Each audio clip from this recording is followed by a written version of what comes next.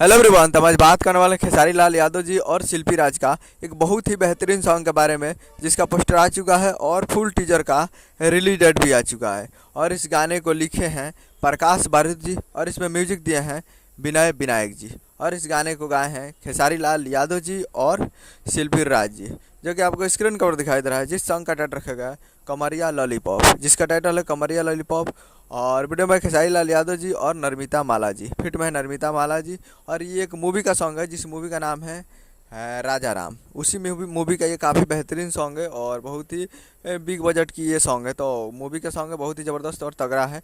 और ये full teaser को रिलीज़ किया जा रहा है कल। फुल टीजर रिलीज ऑन 7 नवंबर 2024 को सुबह 11 AM पे ये फुल वीडियो सॉन्ग को रिलीज़ किया जा रहा है। यानी कल 7 तारीख को सुबह 11 बजे फुल टीजर को देखने के लिए तैयार रहिएगा। और कल फुल वीडियो सॉन्ग का भी रिलीज डेट आ जाएगा, तो आप लोग तैयार रहिएगा। कल सारे गामा हम भोजपुरी यूट्यूब चैनल पे, सारे गामा हम भोजपुरी यूट्यूब चैनल पर कल 7 तारीख को 11 बजे तैयार रहिएगा फुल टीजर को देखने के लिए। तो यही अपडेट हमें वीडियो चैनल सब्सक्राइब कर मिलता है अगले वीडियो में। तब तक के लिए जय हिंद, जय भोजपुरी।